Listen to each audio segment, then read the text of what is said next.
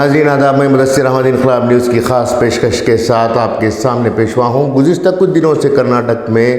Micro finance کو لے کر مسلسل خبریں آ رہی ہیں کہ بہت سارے لوگ خودکشی کر رہے ہیں اور بہت سارے علاقوں میں مائکرو فائنانس کی بنیاد پر لوگ اپنے گھر خالی کرتے ہوئے دوسری جگہ منتقل ہو رہے ہیں۔ مائکرو فائنانس میں شکار ہونے والے لوگ وزیر اعلیٰ سے اس بات کی گزارش کر رہے ہیں کہ مائکرو فائنانس کی جو کمپنیاں ہیں انہیں مسلسل ہراساں کر رہی ہیں اور ان کے دباؤ میں آ کر وہ خودکشی کرنے کے لیے مجبور ہو رہے ہیں۔ ناظرین، جیسے کہ آپ تمام جانتے ہیں کہ مائکرو فائنانس، جسے عرف عام میں سنگھا کہا جاتا ہے، ایک ایسی وبا ہے جس کے ذریعے سے لوگ، خاص طور سے خواتین، آسان قرضے کی لالچ میں آ کر قرض کے بوجھ تلے جکڑ جاتی ہیں۔ بہت سارے خواتین کو اس بات کا بھی علم نہیں ہوتا کہ مائکرو فائنانس یعنی سنگھا میں جو انٹرسٹ سود لیا جاتا ہے، وہ سود دوسرے بینکوں کے سسٹم سے بہت زیادہ قیمت پر، بہت زیادہ شرح میں سود لیا جاتا ہے۔ باوجود اس کے لوگ آسان قرض حاصل کرتے ہوئے اس کا شکار ہو جاتے ہیں اور نتیجہ یہ نکلتا ہے کہ انہیں اپنا گھر بار چھوڑنا پڑتا ہے یا پھر وہ بے عزت ہو کر خودکشی کرنے کے لیے مجبور ہو جاتے ہیں۔ یہ وبا آج یا کل کی نہیں بلکہ کئی سالوں سے لوگوں کے درمیان پائی جا رہی ہے۔ پہلے بڑے بڑے زمیندار، مالدار لوگ سود کا کاروبار کرتے تھے اور اس کے عوض لوگوں کی زمینیں، ان کی جائیداد کو اپنے قبضے میں کر لیا کرتے تھے۔ لیکن جو سنگھا کا جو سسٹم ہے، وہ سسٹم دیکھنے میں بہت آسان ہے۔ 10-12 خواتین ایک گروپ بنا لیتی ہیں اور ایک دوسرے کو ضمانت دے کر قرض اٹھا لیتی ہیں۔ جب قرض کی ادائیگی کی بات آتی ہے تو وہ تمام خواتین ایک ساتھ ایک جٹ ہو کر اس جو قرضہ لیا ہوتا ہے اس قرض کو ادا کرنے کے لیے اپنے طریقہ حصے کی جو رقم ہے وہ جمع کر لیتی ہیں اور اس رقم کو ادا کرتی ہیں۔ اگر کسی وجہ سے کوئی خاتون قرض کو ادا کرنے میں ناکام ہو جاتی ہے تو جو باقی خواتین ہوتی ہیں وہ اس پر دباؤ ڈالتی ہیں کہ وہ کسی بھی حال میں قرضے کو ادا کرے، کیونکہ آنے والے دنوں میں جو موجودہ رقم ہوتی ہے اس سے کئی بڑی پیمانے پر انہیں قرضہ ملنے والا ہوتا ہے۔ اسی بات کو لے کر یہ جو سنگھا کا سسٹم ہے، باہمی تال میل کے ساتھ جو قرض لیا جاتا ہے، اس قرض کو ادا کرنے کے لیے خواتین کمیٹڈ ہوتی ہیں اور ان کا یہ جو کمٹمنٹ ہوتا ہے یہ اپنی بنیاد پر یا اپنی کمائی یا اپنی آمدنی کی بنیاد پر نہیں بلکہ اپنے شوہروں کی کمائی کو بنیاد بنا کر اپنے شوہروں سے پیسے لے کر وہ قرض کی ادائیگی کرتے ہیں۔ عام طور پر جو قرضے لیے جاتے ہیں وہ مخصوص مقاصد کے لیے استعمال ہوتی ہیں، جس میں بچیوں کی شادیاں، بچوں کی پڑھائی یا پھر گھریلو اشیاء کی خریداری یا پھر گھروں کی تعمیر کے لیے جو بیسک ریکوائرمنٹس ہوتی ہیں اس کے لیے اس سنگھا کی رقم کا استعمال کیا جاتا ہے۔ یوں تو دیکھا جائے تو تمام مذاہب کی خواتین سنگھا یعنی مائکرو فائنانس میں بڑھ چڑھ کر قرضے لیتی ہیں، لیکن خاص طور سے مسلمانوں میں بھی یہ وبا اب عام ہو چکی ہے۔ مسلمانوں کی عورتیں بھی اب سنگھا یعنی مائکرو فائنانس کی اس قدر عادی ہو چکی ہیں کہ وہ ہر معاملے کے لیے، ہر ضرورت کو پورا کرنے کے لیے سنگھا یعنی مائکرو فائنانس سے لون لیتی ہیں اور اس کی ادائیگی کے لیے اپنے شوہروں کو پر دباؤ ڈالتی ہیں اور ان کے شوہر بھی خود یہ چاہتے ہیں کہ ان کی بیویاں مائکرو فائنانس سے قرضے اٹھائیں اور اپنی ضرورتوں کو پورا کریں۔ غور طلب بات یہ ہے کہ جس اسلام میں سود کو حرام قرار دیا گیا ہے، سودی کاروبار کو پوری طرح سے ممنوع قرار دیا گیا ہے، اسی سسٹم کو آج مسلمان بڑے پیمانے پر استعمال کر رہے ہیں۔ اسی سسٹم میں بڑے پیمانے پر مسلم خواتین اور مرد ملوث ہوتے جا رہے ہیں۔ سوچنے کی بات یہ ہے کہ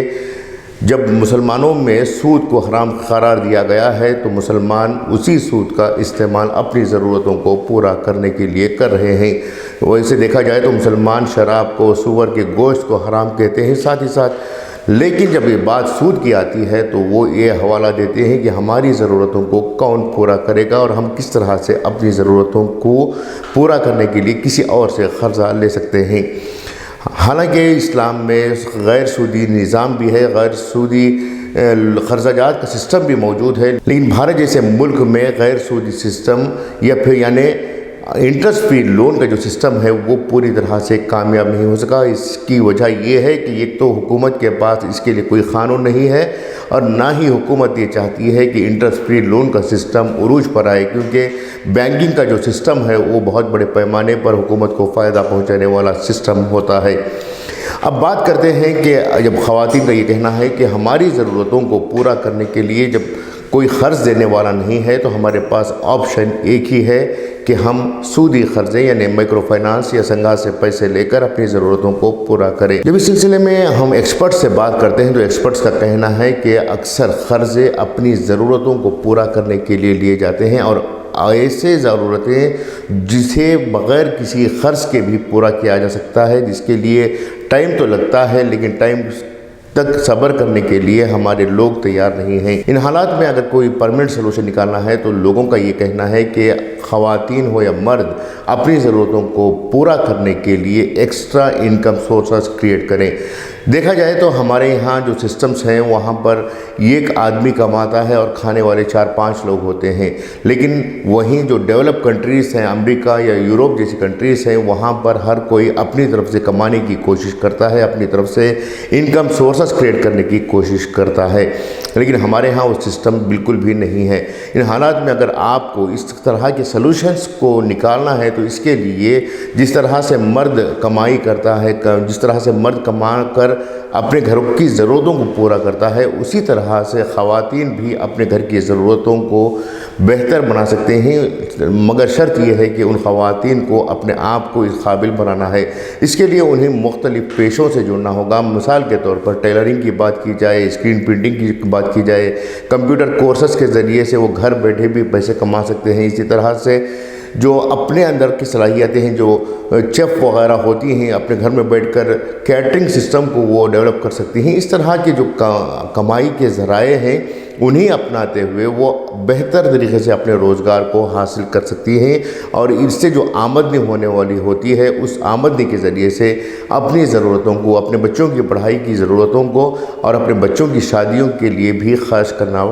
آسان ہو سکتا ہے۔ لیکن یہاں دیکھا جائے تو خواتین یہ بالکل بھی نہیں چاہتی کہ وہ سیلف ایمپلائمنٹ کے سورسز کو اپنائیں۔ اگر جب تک سیلف ایمپلائڈ نہیں ہوتے اس وقت تک اس طرح کے جو مسائل ہیں، خاص طور سے انٹرسٹ کے جو قرضے کا معاملہ ہے وہ بڑھتا ہی جائے گا، سلوشن بالکل بھی نہیں ہوگا۔ اگر کوئی آپ کی مدد کے لیے 10-20 ہزار روپے دے یا 1 لاکھ روپے بھی دے تو اس وقت فوری کچھ لمحے کے لیے، کچھ وقت کے لیے آپ کی وہ ضرورت پوری ہو سکتی ہے، لیکن یہ جو سپورٹ، فائنانشیل ہیلپ کا جو سسٹم ہے وہ مستقل کارآمد نہیں ہو سکتا۔ دینے والا ایک بار آپ کو پیسے دے سکتا ہے، 2 بار دے سکتا ہے، لیکن بار بار آپ کی ضرورتوں کو پورا کرنے والا کوئی باہر سے کیوں پیسے دے گا؟ یہ سب سے بڑی بات ہے۔ اس کے لیے اگر کوئی آپ کو ہیلپ کر رہا ہے یا پھر آپ کے اندر صلاحیت ہے تو اس صلاحیت کو استعمال کرتے ہوئے اپنی ضرورتوں کو پورا کر سکتے ہیں اور فائنانس جیسی